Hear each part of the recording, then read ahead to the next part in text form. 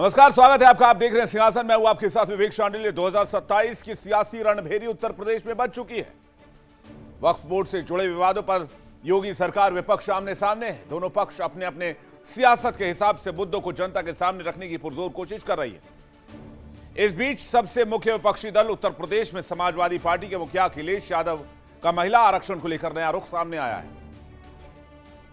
16 अप्रैल 2026 का वो दिन जब महिला आरक्षण और परिसीमन के बिल के मुद्दे पर संसद में चर्चा चल रही थी, जिसके चलते माहौल गर्म था। लोकसभा में बोलते हुए प्रधानमंत्री नरेंद्र मोदी ने एक बात कही थी, अखिलेश जी मेरे मित्र हैं जो कभी कभी हमारी मदद कर देते हैं। हालांकि सपा प्रमुख अखिलेश यादव उस समय पीएम मोदी की मदद नहीं कर सके थे, जिसके चलते सरकार बिल नहीं पास करा सकी थी। अब 3 महीने बाद अखिलेश ने फिर से यू टर्न लिया और मोदी सरकार की मदद के लिए पॉजिटिव संकेत दे दिए हैं। धर्मेंद्र जी, मैं आपका बहुत आभारी हूं और अखिलेश जी मेरे मित्र हैं तो कभी कभी मदद कर देते हैं।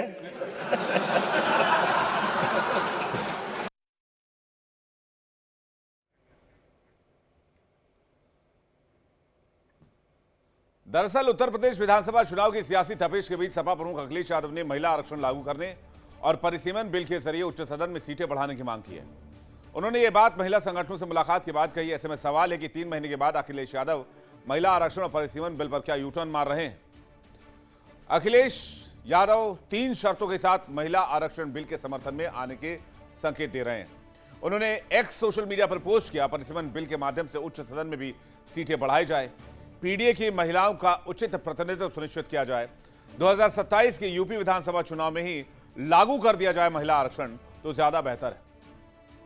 अखिलेश यादव के इस यूटर्न को राजनीतिक आत्मरक्षा की और मौके की नजाकत से जोड़कर देखा जा रहा है। 3 महीने में सियासी हालात बदले हैं। पश्चिम बंगाल चुनाव के बाद ममता बनर्जी की पार्टी टूट गई है। टीएमसी के 28 लोकसभा सांसदों में से 20 सांसद अलग होकर एनसीपीआई में विलय कर समर्थन सरकार के पक्ष में दे चुके हैं। इसके अलावा उद्धव ठाकरे की पार्टी के 9 में से 6 लोकसभा सांसद टूटकर शिंदे खेमे में चले गए हैं। इंडिया ब्लॉक से डीएमके भी अलग हो चुकी है। इस तरह से विपक्ष का गेम बिगड़ा तो एनडीए 2/3 बहुमत के करीब पहुंचती नजर आती है। जाहिर है बीजेपी की अगुवाई वाली एनडीए की रणनीति को देखते हुए अखिलेश यादव महिला आरक्षण के मुद्दे पर पीछे नहीं रहना चाहते और 27 के चुनाव से पहले गोल कर देना चाहते हैं। लेकिन सवाल यह कहीं सेल्फ गोल ना हो जाए।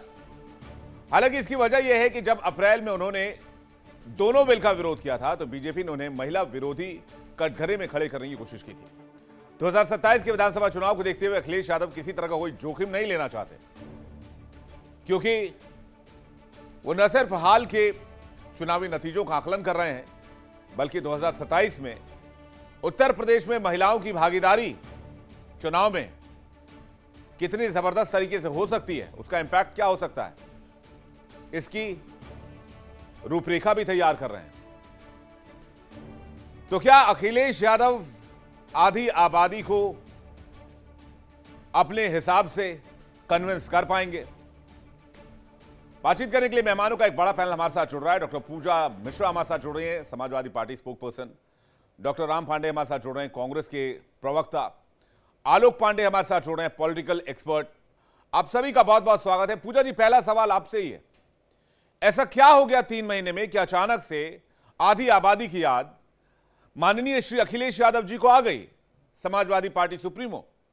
क्योंकि 3 महीने पहले वो इस बिल का विरोध कर रहे थे पार्लियामेंट में। विवेक जी, आपको नमस्कार, साथी प्रवक्ताओं को भी नमस्कार। जो समाजवादी पार्टी ने विरोध किया हुआ था वो 131st amendment bill, constitution amendment bill का विरोध किया हुआ था। महिला आरक्षण बिल का तो विरोध नहीं किया हुआ था और महिला आरक्षण बिल का विरोध हम आज भी नहीं करते हैं। और वो जो 131st कॉन्स्टिट्यूशनल अमेंडमेंट बिल था उसका विरोध हम आज भी करते हैं। हम आज भी मांग करते हैं कोटा विद इन कोटा का, कि वहां पर जो है ओबीसी महिलाओं को भी आरक्षण दिया जाए, अल्पसंख्यक महिलाओं को भी आरक्षण दिया जाए। हम जब 2027 में महिला आरक्षण लागू करने की बात करते हैं तो हम वही बात कर रहे होते दोबारा जो हमने सदन में किया हुआ था, कि जब बिना परिसीमन के, बिना जनगणना के आप डिलिमिटेशन नहीं करेंगे, आप बिना जनगणना के परिसीमन नहीं करेंगे, कहने का आशय है। तो जब अभी जो गणना चल रही है, जो अभी जितनी सीटें हैं उसी सीटों में 2027 में आप लागू कर दीजिए। उस सदन में भी आप जनगणना करा रहे, जनगणना की संख्या आ जाती है, आप परिसीमन लागू करके फिर आप वहां पे लागू कर दीजिएगा। हमारा स्टैंड नहीं बदला हुआ है। हमारा बस डिमांड है कि आप क्यों लटका करके भटका करके रखना चाहते हैं? जब वुमेन रिजर्वेशन बिल पर महामहिम राष्ट्रपति जी का साइन हो गया हुआ है और वो आज की तारीख में कानून है, तो उस कानून को लागू करने में इतना समय क्यों लिया जा रहा है? और उस कानून को लागू करने के लिए संविधान बदलने की बात क्यों की जा रही है? आप उस कानून को अभी जो प्रारूप है उसी प्रारूप में लागू कर दीजिए। जब जनसंख्या सोशो इकोनॉमिक कास्ट सेंसस हो जाएगी, डिलिमिटेशन हो जाएगा, फिर उसमें वो इम्प्लीमेंट ऑटोमेटिक हो जाएगा। ये जो भाजपा सरकार बार-बार महिला आरक्षण बिल पे पॉलिटिक्स करना चाह रही थी, हम बस इतना ही मांग रख रहे हैं कि 2027 में 403 सीटें उसमें 33% महिलाओं को दे दिया जाए। 33% महिलाओं में जो ओबीसी महिलाएं हैं, जो अल्पसंख्यक महिलाएं हैं, उनका भी कोटा विथिन कोटा कर दिया जाए। बस इतनी सिंपल सी डिमांड है। मुझे लगता है कि सरकार को इसको मानने से चूकना भी नहीं चाहिए। उनके भी हित में है और महिलाओं के भी हित में है। समाजवादी पार्टी सदा से बात करती आई है महिलाओं के हित में। कोई यू टर्न नहीं है। ये एक्सेलरेटर है हमारे जो पहले के डिमांड चल रहे हैं उसी के लिए। अश्विनी शाही जी, क्या आप सहमत हैं पूजा जी की बातों से? क्या वो कोटा में quota within the quota की बात कर रही है? वो पीडीए महिलाओं की बात कर रही है, ओवरऑल आरक्षण की बात नहीं कर रही। वो कह रही है हाँ हमने समर्थन किया था लेकिन हमने उसमें एक अमेंडमेंट का विरोध किया था। देखिए, अभी कुछ तो कहना है। अभी मानसून सत्र आने जा रहा है और कहीं ना कहीं आशंका अखिलेश जी को और डर है कि ये जो है परिसीमन का बिल ना पास हो जाए, तो उसके पहले से ये भूमिका बनाना शुरू कि अगर कोटा विद इन कोटा हमको दिया गया तो हम परिसीमन का समर्थन कर सकते हैं। तो ये एक भूमिका बनाने की बात है और इनकी इच्छा है परिसीमन की, पहले भी थी। कहीं ऐसा तो नहीं कि कॉन्फ्लिक्ट हो गया है इंडिया अलायंस में फिर से, तो ये हमारे समर्थन में आ रहे हैं। इसमें कोई कई तरीके से देखा जाए, महिला आरक्षण बिल अगर पास हम लोगों ने कराया, परिसीमन के साथ लागू करने की बात थी, तो इनको समर्थन उसी समय कर देना चाहिए था। ये दोहरा मापदंड क्यों, दोहरा चरित्र क्यों? ये डर और दहशत है जो उत्तर प्रदेश में चुनाव आ रहा है। इनको पीडीए का मतलब परिवार डेवलपमेंट अथॉरिटी से ऊपर बढ़ना नहीं है। वो आधी आबादी कहां गई, वो कहां गई महिलाएं? भाई आप अपने पार्टी में ही कर दीजिए ना 33% आरक्षण, शुरुआत कर दीजिए कि हमने 33% आरक्षण कर दिया, शुरुआत हो गई। अब आप लोग हमको परिसीमन के का बिल, हम अभी देखिए हो सकता है कि मानसून सत्र में आपको कुछ नया देखने को मिले। जी जी पूजा जी, आप इसका जवाब देंगे क्या? मैं फिर जवाब देना जी हाँ चाहूंगी। दीजिए। फिर मैं डॉक्टर राम पांडे जी के पास जा रहा हूँ, फिर बिल्कुल आलोक पांडे जी के पास जा रहा हूँ। विवेक जी, अभी भाजपा के प्रवक्ता कह रहे हैं कि जो है परिसीमन के साथ में हम कह रहे हैं कि जब महिला आरक्षण बिल कानून हो रखा है, कानून को लागू करिए। ये जबरदस्ती उसको किन्हीं परिसीमन के साथ में अटैच करके ही करेंगे। ये कौन सी जबरदस्ती होती है? अभी इन्होंने कहा कुछ ना कुछ बोलना ही है, आप करिए ना। आपने कहा कि महिला आरक्षण कानून आपने बना दिया हुआ है, उसको लागू करके दिखाइए। ये तो बस होता नहीं कि इल्यूजन क्रिएट करना कि अभी परिसीमन होगा। परिसीमन भी चाह रहे कि बिना जनगणना किए हो जाए, संविधान में बदलाव करके हो जाए। तो ना तो संविधान में बदलाव करने दिया जाएगा। हाँ, हमारी मांग है कि ये जो अभी उन्होंने कहा ना कि समाजवादी पार्टी अपने पार्टी में लागू कर दे। भैया, ये लॉ की बात चल रही है। अगर ऐसा ही है तो फिर तो सब अपने अपने कर लें। फिर डिस्कशन क्यों होना, फिर जो है ये बिल क्यों लेकर के आना, वो उसको लॉ क्यों बनाना? जब कानून बना हुआ है उसको लागू करने की बात हो रही है। ये कोई बात नहीं होती कि हम अपने पार्टी की ही बात कर रहे हैं। परिसीमन कराएंगे कि नहीं कराएंगे? मुझे एक बात बता दीजिए, आप परिसीमन के फेवर में हैं? अखिलेश जी तो कह रहे हैं कराना चाहिए परिसीमन, 27 से पहले परिसीमन करा लेना चाहिए, सीटें बढ़ जानी चाहिए। विवेक जी, आप लोग ने शायद डी कोड गलत किया हुआ है।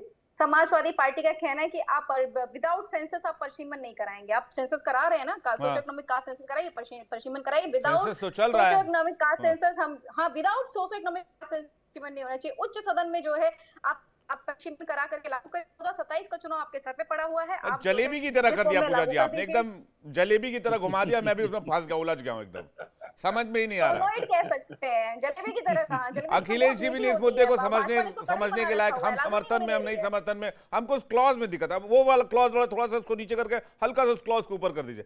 ऐसा नहीं होता। हाँ, सपोर्ट करेंगे नहीं करेंगे, बात खत्म हो गई। लोगों को भी समझ में ना, वो अमेंडमेंट थोड़ा सा उसमें ना नमक ज्यादा हो गया। खाना बहुत अच्छा था, वो थोड़ी सी मिर्च ज्यादा थी। ये वाला हिसाब किताब गड़बड़ कर देता है ना। डॉक्टर राम पांडे सर, आप क्या कहेंगे? जी मैं आ रहा हूं मैम आपके पास, क्लैरिटी दीजिए ना पब्लिक को। सर मैं बिल्कुल सीधी बात कहूंगा, जलेबी नहीं बनाऊंगा जी। ये पहला कानून ऐसा है 2023 में पास हो चुका है और कोई भी कानून बनता है राष्ट्रपति के साइन होने के बाद लागू हो जाता है। जब 2023 में महिला आरक्षण बिल पास हो चुका है। संसद से, लोकसभा से, राज्यसभा से, राष्ट्रपति से, सब जगह से पास हो चुका है। तो 2023 में ही लागू करने में क्या परेशानी थी? तो ये तो 3 साल जानबूझकर लेट किया गया है। अब आते हैं परिसीमन और आपकी जनगणना पर। पंचायती राज, नगरीय निकाय, दोनों में कांग्रेस सरकार ने 33%, 50% महिलाओं को आरक्षण दिया। पहले 33% था और राज्यों ने बढ़ाकर उसको 50% कर दिया। तो कांग्रेस सरकार ने तो कोई शर्त नहीं डाली थी। कांग्रेस सरकार ने कोई शर्त नहीं डाली थी कि ये परिसीमन के बाद महिलाओं को आरक्षण मिलेगा। कांग्रेस सरकार ने कोई शर्त नहीं डाली थी कि जनगणना के बाद महिलाओं को आरक्षण मिलेगा। और उससे ये अभी तो लोकसभा सीट कितनी है? 543, 33% में कितने आएंगे? विधानसभा सीट कितनी है? मतलब 1000, 1500, 2000 महिलाओं को फायदा मिलेगा। नगरीय निकाय और पंचायती चुनाव से 10 लाख महिला को फायदा हो रहा है। 10 लाख महिलाएं सरपंच, जनपद सदस्य, जनपद अध्यक्ष, जिला पंचायत सदस्य, जिला पंचायत अध्यक्ष, पार्षद, मेयर, देश की 10 लाख महिलाओं को यह हर साल में मौका मिलता है। तो कोई उसमें नियम नहीं था। और फिर सबसे बड़ी बात मैं देख रहा हूं, अभी इन्होंने कहा कि समाजवादी पार्टी अपने यहाँ क्यों नहीं लागू कर देती। ये लोग कांग्रेस को भी बोल सकते हैं। अभी सबसे बड़ा मुद्दा क्या चल रहा है? राम मंदिर का। जब 15 लोगों का ट्रस्ट बनाया गया तो उसमें 33% महिलाएं क्यों नहीं? उस ट्रस्ट में एक महिला नहीं। और अभी भी कोई फेरबदल किए गए, उसमें एक भी महिला नहीं। क्या बात है? क्यों ये इनको महिला उससे परेशानी है? 15 महिलाओं में, 15 ट्रस्ट के जो लोग हैं उसमें 5 महिलाएं होनी चाहिए थी। और क्या हमारे पास महिलाएं नहीं है? आरएसएस, बीजेपी की महिलाएं मान लो, तो क्या उमा भारती नहीं है इनके पास? क्या रितंबरा नहीं है? क्योंकि विपक्ष के लोगों को तो इन्होंने रखा नहीं है। वो 15 लोग आरएसएस के लोग हैं जिन पर चोरी का आरोप लगा है कि भगवान के पैसे की भी उन्होंने चोरी कर लिए। तो राम मंदिर ट्रस्ट में इन्होंने जब महिलाओं को मौका नहीं दिया, वहां महिलाओं को विरोध किया। ट्रस्ट किसने बनाया? नरेंद्र मोदी जी ने। क्या नरेंद्र मोदी जी महिलाओं को नहीं रख सकते थे? ट्रस्ट किसने बनाया? गृह मंत्रालय ने। क्या अमित शाह उनको महिलाओं को मौका नहीं दे सकते थे? क्या आपकी सरकार में देश में जितने ट्रस्ट और मंदिर हुआ करते थे, क्या उस समय ये व्यवस्था थी? आप लोगों ने लागू किया था, तो आप आज सवाल उठा सकते हैं। जी, क्या बात होती है विवेक जी? नहीं, क्या कहा थी? जी। और जहां तक परिसीमन की बात है, मैं आ रहा हूं। जहां तक परिसीमन की बात है, 1976 में इंदिरा गांधी जी की सरकार ने 2001 तक के लिए परिसीमन को फ्रीज कर दिया था। तो दोनों मुद्दों पर तो सवाल आप पर भी है सर। डॉक्टर राम पांडे जी, एक सेकंड पूजा जी, एक सेकंड मारो। डॉक्टर राम पांडे, दोबारा से रिपीट करता हूं। 33% नगरीय निकाय में, पंचायत में महिलाओं को कांग्रेस ने दिया। बिना आलोक पांडे जी, बिना जनगणना के। आलोक पांडे जी नहीं है ना, दिक्कत ये है जी। आलोक पांडे जी, बिल्कुल सही बात है, लेकिन पार्लियामेंट में जरूर विरोध करेंगे। पार्लियामेंट में नहीं, पार्लियामेंट में महिलाएं नगरीय और लोकल में बनी रहे। ट्रस्ट में 5 उच्च सदन में, उच्च व्यवस्था में महिलाओं की भागीदारी उस तरह से बेहतर तरीके से ना आए, इसके लिए मुलायम सिंह यादव को मुझे बयान आता है कि भाई महिलाओं को रिजर्वेशन भी दिया जाए, नहीं तो परकटी महिलाएं आ जाएंगी सदन में। ये महिलाओं का सम्मान है विपक्ष के द्वारा, इंडिया अलायंस के द्वारा। महिलाओं के लिए भी ये क्लासिफाइड करते हैं मुलायम सिंह यादव कि परकटी आ जाएंगी। दूसरी बात, समाजवादी पार्टी की डिमांड है कि मुस्लिम अफसर बीच में नहीं, पदम विभूषण दिया है मोदी जी ने। आप मोदी जी को बुरा कह रहे हैं। आप मोदी जी को गाली दे रहे हैं। पदम विभूषण दिया है मुलायम जी को। एक एक करके पदम विभूषण दिया है। एक एक करके सर, समय सीमित है। डॉक्टर साहब समय सीमित है, एक एक करके सुन लेते हैं, एक बार सुन लेते हैं। आलोक जी की 2 लाइन तो आ जाए कम से कम, कहना क्या चाह रहा है आलोक जी? भाई मैं पहले ये कह रहा हूँ कि एक पार्टी में एक ही राहुल गांधी पर है, तो किसी की नहीं सुनता। राहुल गांधी जी मेरी तो सुन लीजिए, कितने राहुल गांधी बनाओगे? ठीक है, एक एक करके सर, एक एक करके प्लीज रिक्वेस्ट करें, एक एक करके सर, प्लीज एक एक करके। डॉक्टर साहब आ रहे हैं आपके पास। आलोक पांडे जी प्लीज, आलोक पांडे जी। मैं ये कह रहा हूं कि भाई उच्च जो पार्लियामेंट है उसमें भी महिलाओं की भागीदारी होनी चाहिए। सपा की डिमांड है कि अल्पसंख्यक महिलाओं की होनी चाहिए, तो अल्पसंख्यक का तो कोई रिजर्वेशन ही नहीं है बात के संविधान में। तो ये इस तरह की मांग है पंचायती राज में कि है, मैया नगरीय मुझे निकाय चार्ज में क्यों है। बना रही है? पांडे जी, क्यों आपको नहीं मिलेगा तो हम राजनीति मानेंगे बना दिया नहीं। है। पंचायती राज एक-एक करके, नहीं सर, है एक-एक भाई। करके, एक-एक करके। रिजर्वेशन होना चाहिए, कोटा विद इन कोटा होना चाहिए। एक-एक और करके। कोटा विद इन कोटा कोई नई डिमांड नहीं है, कोटा विद इन कोटा हमारी जो है देश में प्रिविलेज कर मैम रही पहले एक बार है, महिला आरक्षण बिल तो लागू हो जाए, पहले सारी महिलाएं आए, उसके बाद कोटा विद इन कोटा भी देखेंगे। पहले आलोक पांडे जी आपका जवाब। हाँ, विवेक जी, माइनॉरिटी का रिजर्वेशन कहीं पर भी मांगना हमारे संविधान के खिलाफ है, मूल भावना के खिलाफ। धर्म के आधार पर कोई आरक्षण माइनॉरिटी को नहीं मिला इस देश में। 31st तो अमेंडमेंट इसलिए जब करके ये मांग की जाती 131st है अमेंडमेंट करके वो कर लेंगे, उसके पक्ष में आप हैं। गजब संविधान का सम्मान है भाई साहब की महिला आरक्षण बिल लागू करने के लिए अपने हिसाब से परिसीमन करने के लिए संविधान में बदलाव करने मैं क्या बताऊं, फिर बुरा ही इतना लगता है, मैं क्या करूं? मैंने तो अभी कुछ बोला ही नहीं, लगातार दो लोग बोल रहे हैं। मैं सिर्फ ये कह रहा हूं कि महिलाओं को आरक्षण देने के लिए महिला तो मानिए उसे, आप पहले स्त्री को महिलाओं की आप रिजर्वेशन की बात करते हैं जहाँ पे कानून बन चुका हुआ है, कहा जा रहा है कि लागू कर दिया जाए, लेकिन आप कहते नहीं। बीजेपी के प्रवक्ता अश्विनी जी बैठे हैं, बीजेपी के प्रवक्ता अश्विनी जी बैठे हैं बोलने के लिए। सरकार की मंशा हो बीजेपी के प्रवक्ता अश्विनी जी बैठे हुए हैं बोलने के लिए। नहीं दिया पार्लियामेंट में। पांडे नहीं, जी, आलोक पांडे जी को प्रवक्ता थोड़ी हो, तो विश्लेषक है। देखिए, अब किसी के बोलने पर रोक तो लगा नहीं सकते ना। राम पांडे जी अब विश्लेषक अपने हिसाब से विश्लेषण करेंगे, अपने हिसाब से तथ्यों को देखेंगे। उनको टैग करना किसी भी चीज के लिए वो ठीक बात नहीं है। अश्विनी शाही कुछ कहना चाह रहा है। अश्विनी शाही जी, राम पांडे जी मैं आ रहा हूँ आपके पास। अश्विनी शाही जी, पूजा जी एक सेकंड दीजिएगा, मैं आ रहा हूँ इसके बाद आपके पास। अश्विनी शाही जी, कितनी अच्छी चीज है विवेक भाई। ये एक मांग कर रहे हैं, 3 मांगे किया अखिलेश यादव जी ने कि 2027 से लागू कर दिया जाए परिसीमन, और परिसीमन के बाद उच्च सदन में महिलाओं की संख्या आरक्षण लागू कर दिया जाए। ये 2 चीजें, और कोटा विद इन कोटा 3 चीजें। मान लीजिए कि 10 चीजें आदमी मांगता है, 2 चीजें 4 चीजें उसमें पूरी हो जाती हैं, तो फिर सदन की क्या स्थिति होगी? हमारे जो है कांग्रेस के प्रवक्ता यहां बैठे हैं, इनके दल की क्या स्थिति होगी अगर हम कोटा विद इन कोटा कहेंगे हम बाद में लगा देंगे? कहीं ऐसा तो नहीं कि ये ट्रैप है अखिलेश यादव जी का आप लोगों के लिए? राम पांडे जी, इसको भी ध्यान में रखिएगा। हो सकता है कि 27 में, अब बताइए 27 कह रहे हैं, एक तरफ कह रहे हैं परसीमन कर दिया जाए फिर लागू किया जाए, दूसरी तरफ कह रहे हैं 27 से यहां लागू कर दिया जाए। तो विरोधाभासी मांग के बीच में ये आप लोग कहीं ट्रैप में तो नहीं है? ये अखिलेश जी ने मन बना लिया है कि परिसीमन बिल जो संशोधन है उसमें समर्थन करना है और चाहे निकल जाना है, निकल जाएंगे तो भी वहां देखिए पास वो हो जाएगा, आबादी, समर्थन कर देखिए अब देंगे, जब तो तक पास हो जाएगा। परिसीमन, आप ठीक कह रहे हैं, सेंसस कराया जा रहा है, आबादी के हिसाब से परिसीमन होना है, आबादी के हिसाब से प्रतिनिधित्व होना है। परिसीमन में ये कि जहां जिसकी जितनी आबादी है उतना प्रतिनिधित्व होना चाहिए। समाजवादी पार्टी ये बात अच्छे तरीके से जानती है कि 2027 तक परिसीमन करा पाना और सीटों को रिवाइज कर पाना भी मुमकिन नहीं है। तो फिर आप इस मुद्दे पर घेरे जाएंगे कि आपने महिलाओं का आरक्षण अब तक लागू क्यों नहीं किया? आप उत्तर प्रदेश की जनता को जवाब दीजिए। तो अखिलेश यादव बहुत स्मार्ट चल रहे हैं और आगे जाकर 2027 में इसे एक मुद्दा बनाया जाएगा। मैं पूजा जी पर इसका जवाब जानना चाहूंगा। पूजा जी, क्या आपको आवाज आ रही है?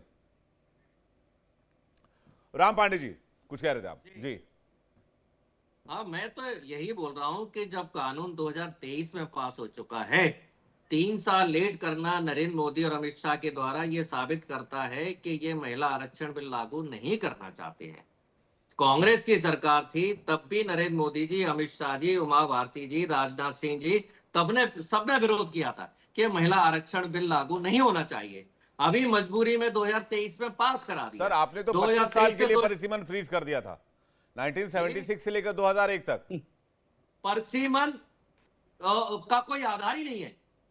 मैंने बताया ना, पंचायती राज में परमिशन की जरूरत नहीं थी, नगरीय निकाय में परिसीमन की जरूरत थी। और सुनिए, quota within quota already है पंचायती राज में, उसमें अल्पसंख्यकों का भी कोटा है, उसमें नगरीय निकाय में भी है। वो तो आप ओबीसी देखिए आप लोगों ने भाई, जी, अल्पसंख्यकों को ओबीसी बनाकर आप लोगों ने कोटा दे दिया है हर जगह, चाहे आप कर्नाटक जी, में वो- चाहे ठीक है, जी। पूजा मिश्रा लिखा जी, हुआ है 4%। पूजा मिश्रा आप जी, पूछिए कि अपने घटक दलों के साथ में उन्होंने 4% महिला जैसा आरक्षण रखा का हुआ है। मुद्दा मतलब 2027 आप के करें- उत्तर प्रदेश चुनाव में क्या आप लोगों का एक बड़ा मुद्दा होने वाला है? विवेक जी, कोशिश मुझसे यही है, प्रश्न है। इसलिए इस मुद्दे को अभी से उठाया जा रहा है। सियासत है इसके पीछे बेसिकली। विवेक जी, ये मुझसे प्रश्न है। जी बिल्कुल। हाँ, तो विवेक जी, आपको लगता है कि अगर महिलाओं की बात की जाएगी तो सियासत है? मतलब जो बिल 2023 में पास हो गया था 2024 में लागू हो गया होता तो आज 33% महिलाएं सदन में सुशोभित कर रही चलिए थी ठीक है, सदन को। समाजवादी अपने पार्टी की एक प्रश्न महिला उठाने अध्यक्ष का नाम बता दीजिए आप, आपको लगता है जो राजनीति समाजवादी को पार्टी में बदनाम महिला रही हो, करना अध्यक्ष रही हो। मजबूती के साथ में करेंगे। अगर आपको महिलाओं की इतनी चिंता है, समाजवादी पार्टी के एक दो महिला अध्यक्ष का नाम बता दीजिए। ये कोई सवाल नहीं है। किसकी बात कर रहे हैं? समाजवादी पार्टी की बात कर रहा हूँ मैं। तो समाजवादी पार्टी की जो राजभर महिला अध्यक्ष है महिला सभा की, आप शायद मैं पूरी नहीं, मैं पार्टी चीफ की बात कर रहा हूँ।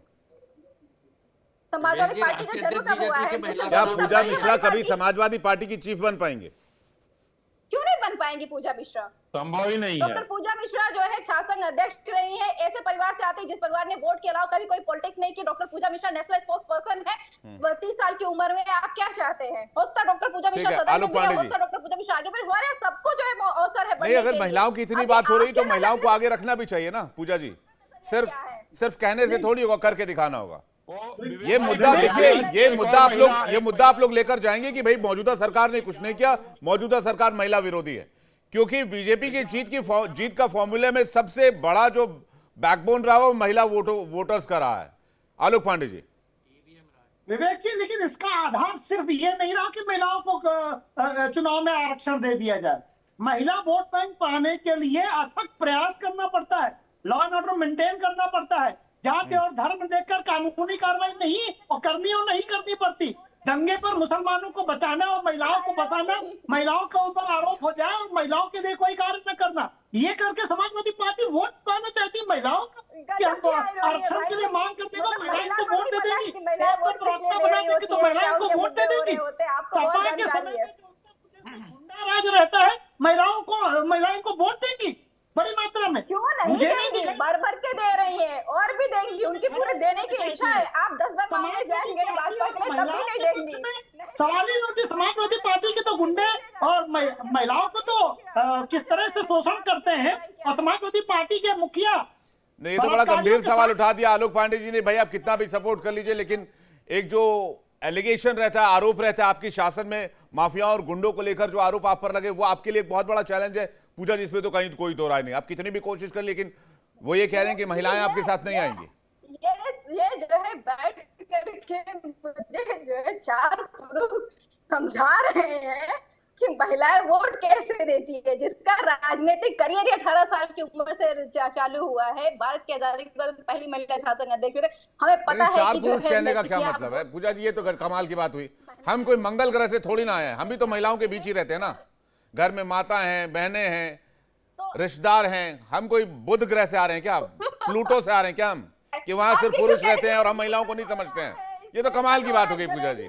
या पूजा जी ऐसे इलाके से आती हैं वहां सिर्फ महिलाएं ही रहती हैं, वहां पुरुष रहते ही नहीं है, तो पूजा जी पुरुषों के बारे में बता ही नहीं सकती। ये कमाल की दलील जो आप कभी कभी देती हैं, ये मेरे गले से तो नहीं उतरता। बाकी किसी के उतर जाए तो मैं बता नहीं सकता। हम भी इसी पृथ्वी ग्रह से हैं, हम भी महिलाओं के बीच, माताओं बहनों के बीच रहते हैं। हमें भी पता है उनका सेंटिमेंट क्या होता है, किस तरह से सोचती हैं, किस तरह से वो पॉलिटिक्स को देखती हैं। तो सारी चीजें हैं, उन चीजों को मुझे लगता है कमतर आंकना नहीं चाहिए। बाकी आपकी राय ठीक है, वो आपका विचार हो सकता है। मेरे पास समय इतना ही है। बहुत बहुत धन्यवाद आप सभी का हमारे साथ जुड़ने के लिए, बहुत बहुत शुक्रिया। डिबेट में फिलहाल इतना ही। सिंहासन में वक्त एक ब्रेक का है, फौरन लौट रहे हैं। बने रहिए इंडिया डेली 24/7 पर। देखिए इंडिया डेली 24/7 अब आपकी स्मार्ट टीवी पर। इंडिया डेली मौजूद है सभी डिजिटल प्लेटफॉर्म पर लाइव और लगातार। इंडिया डेली 24/7 हर दिन राष्ट्र को समर्पित।